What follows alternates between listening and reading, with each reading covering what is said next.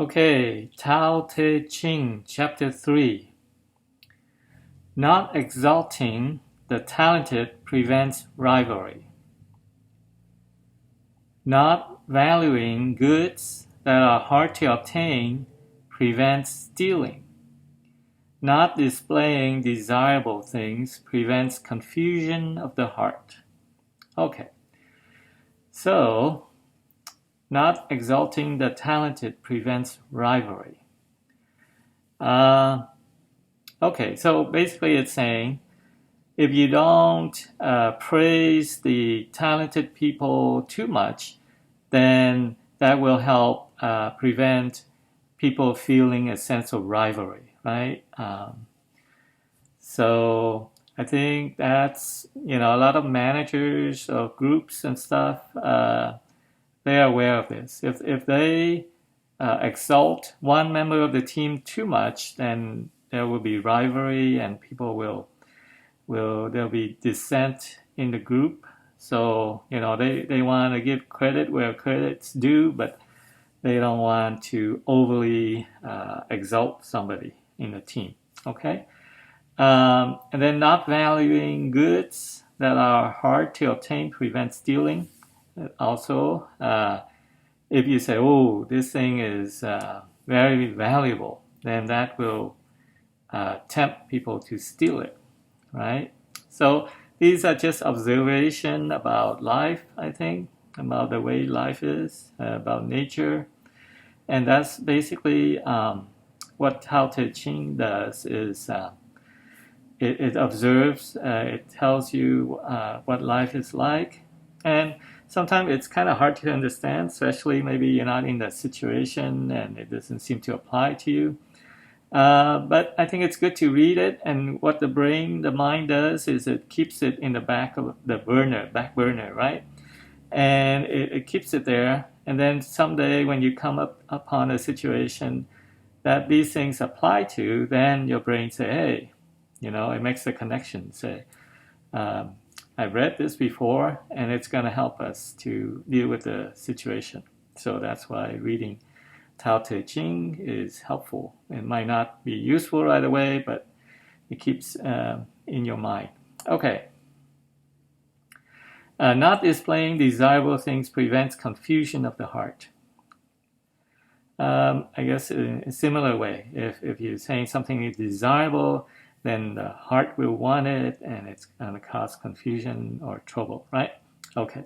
Therefore, the true person, again, I use the term true person, I guess it's like the wise person, governs by emptying the heart of desire.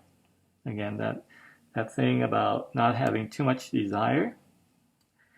And filling the belly with food. And this is interesting. It sounds kind of very practical. It's kind of different from what we've read earlier. So it says, okay, don't fill your heart with desire, but fill your stomach with food, okay, because it's important for your body. And then it continues and say, weakening ambitions and strengthening bones.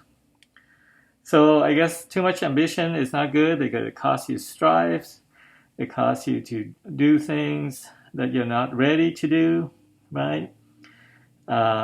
So to weaken it or keep control of your ambition, and because if you keep control of your desire, you keep control of your ambitions.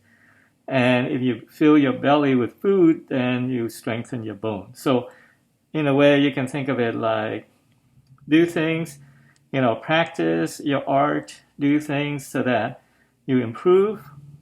And so feed your abilities, and it will make you strong, right? But don't have desire and wanting too much at once, before you're ready for it. And don't have too much ambition, okay? So you got to have a balance. You got to do things, but don't try to achieve before your time kind of thing, okay? If the people are simple and free from desire, then the clever ones never dare to interfere. Now, this is interesting. This kind of talk about, at least in my mind, about about the type of leader that, like Hitler or somebody who has a way of understanding people's desire and anger, or and take advantage of that, and rile them up, and make them do things for this person. Like in the case of Hitler, he riled the people up and try to get them to do things for him, for his desire, his what he thinks is right. So when people are simple, because by simple it means they're free from desire, they're like relaxed and happy and content, then the clever ones, like Hitler, will not dare to interfere with them, because he can't move them, he can't tempt them. But if they have anger or desire, or feel something is missing, then he can go in there and try to use his clever speech and stuff to capture their imagination and get them to follow him, right? Okay. Practice action without striving, and all will be in order.